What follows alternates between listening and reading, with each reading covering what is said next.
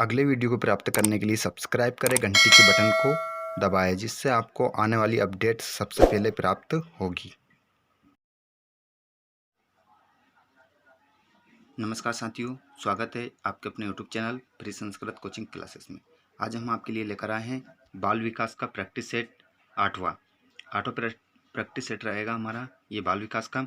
तो इसमें हम जो चर्चा करेंगे टॉप 20 प्रश्नों के बारे में करेंगे, जो बहुत ही महत्वपूर्ण है। ये ऐसे प्रश्न है जो विगत परीक्षाओं में पूछे गए हैं, वही प्रैक्टिस सेट हम आपके लिए लेकर आते हैं। जो पहले पूछे गए हैं, किस तरह से प्रश्न पूछे जाते हैं और आगे किस तरह से प्रश्न आएंगे, इसलिए हम आपके लिए ऐसे प्रैक्टिस सेट लेकर आते हैं। तो इसमें हम जो टॉप 20 प्रश्नों के बारे में चर्चा करेंगे, जो बहुत ही महत्वपूर्ण है। तो बिना देर किए चलिए शुरू करते हैं आज के इस वीडियो को। पहला प्रश्न देखिए, किसी पठन सामग्री को एक रूप में पढ़ना पढ़ाई के रूप में जाना जाता है। किसी पठन सामग्री को एक रूप में पढ़ना पढ़ाई के रूप में जाना जाता है। बंटित, समूहित, अंतरालित, इनमें से कोई नहीं। साथियों, इसमें से आपका जो सही आंसर हो जाएगा वो हो जाएगा इनमें से कोई नहीं। इनमें से कोई सा भी आपका आंसर सही नहीं है।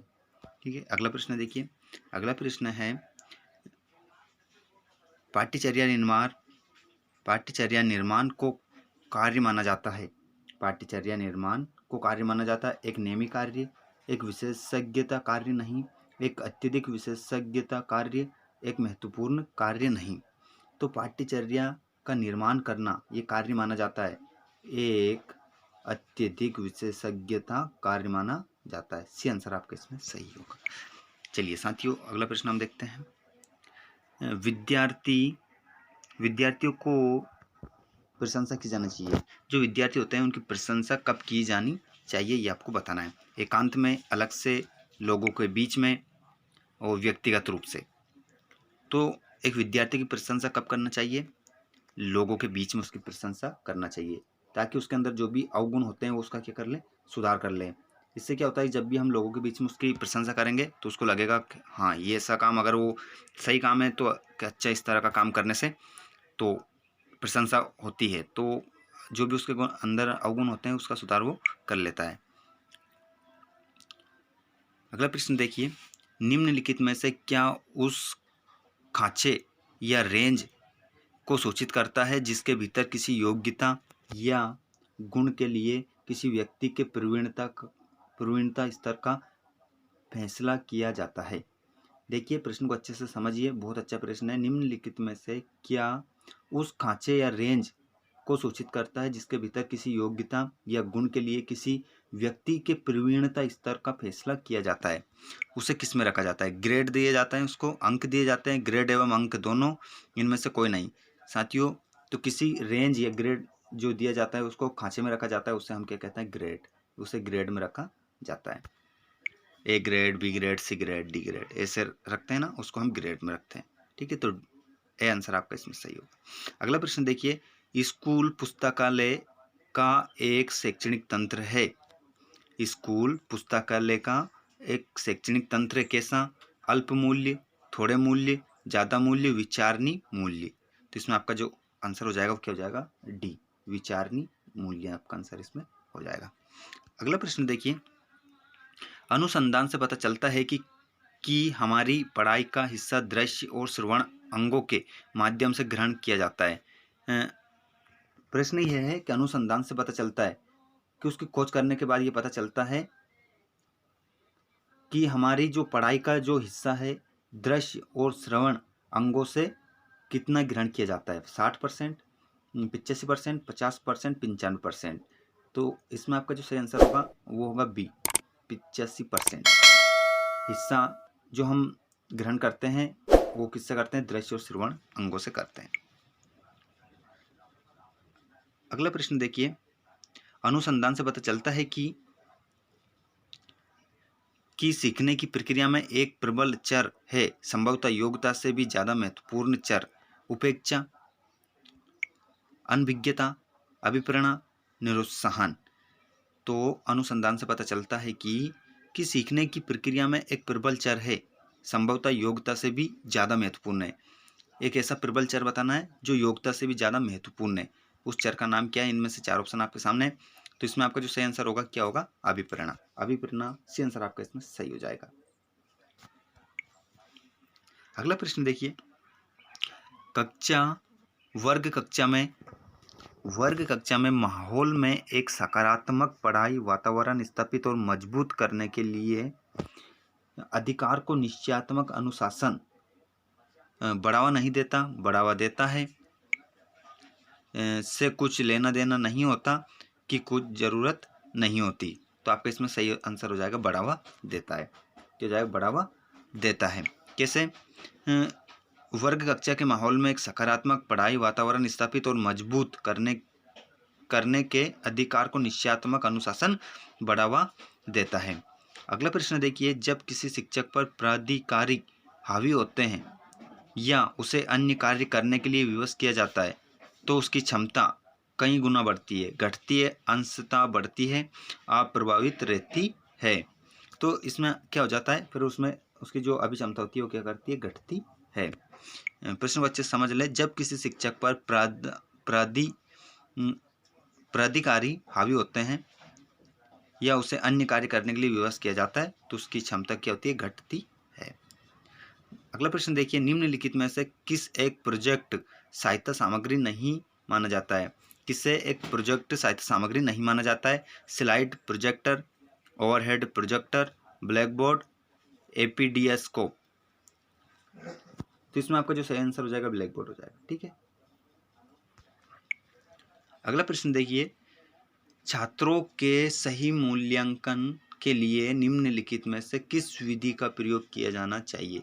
छात्रों का सही मूल्यांकन यदि आपको करना है तो किस विधि का प्रयोग करना चाहिए? रचनात्मक मूल्यांकन, सतत मूल्यांकन, कोर्स के अंत में मूल्यांकन या प्रत्येक छमाही पर मूल्यांकन।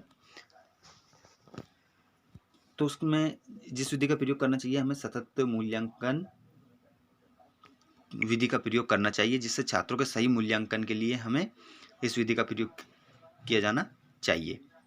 अगला प्रश्न देखिए, बच्चे का पहला शिक्षक कौन होता है? बहुत ही सरल प्रश्न है। सभी कमेंट करके बताएं इसका आंसर क्या होगा। बच्चे का पहला शिक्षक कौन होता है? माहौल, शिक्षक, माता पिता, इनमें से कोई नहीं।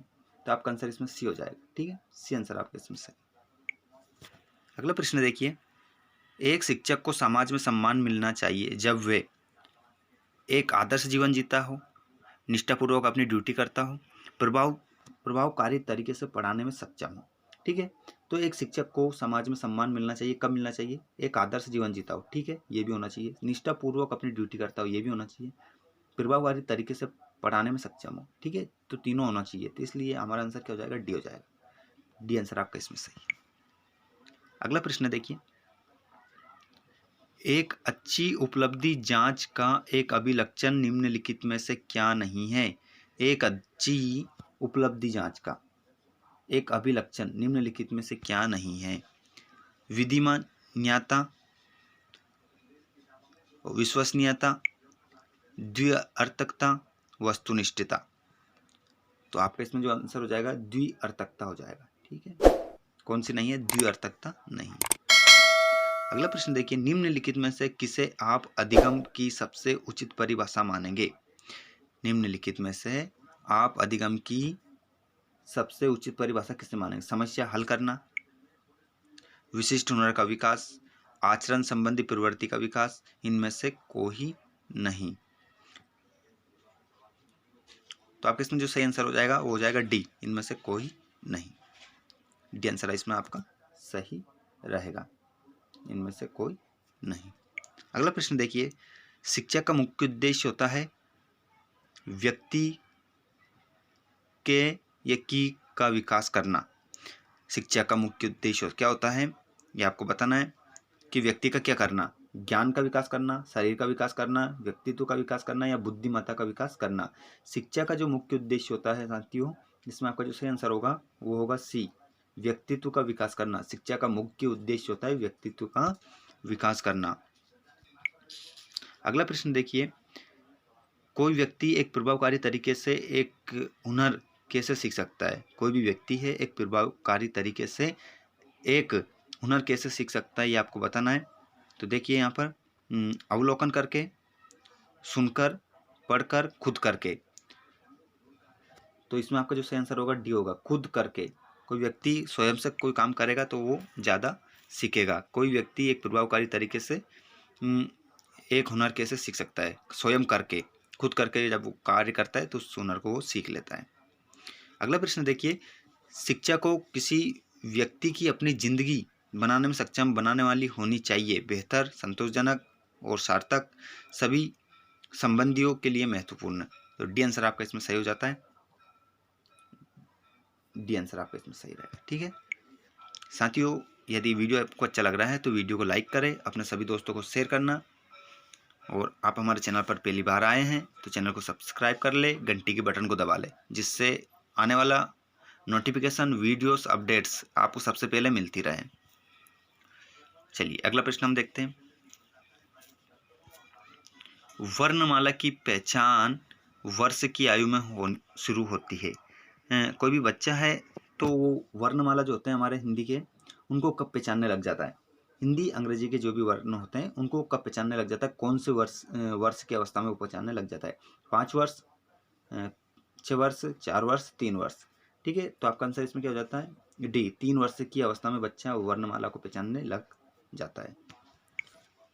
अगला प्रश्न देखिए, मनोविज्ञान सामान्यतः मानव से संबंधित होता है। मनोविज्ञान सामान्यतः मानव से संबंधित होता है भावनाओं, विचारों, आचरण और ये सभी। तो जो मनोविज्ञान सामान्यतः मानव से संबंधित होता है, भावनाओं से भी होता है, विचारों से भी होता है, आचरण से भी होता है, तो आपका आंसर इसमें क्या हो जाएगा? डी आंसर आपका सही हो जाएगा, सी। ठीक है, ये सभी, डी आंसर आपका इसमें सही है। तो साथियों, इस वीडियो में हमने टॉप 20 प्रश्नों को कंप्लीट कर लिया है। वीडियो आपको कैसा लगा हमें कमेंट करके अवश्य बताएं।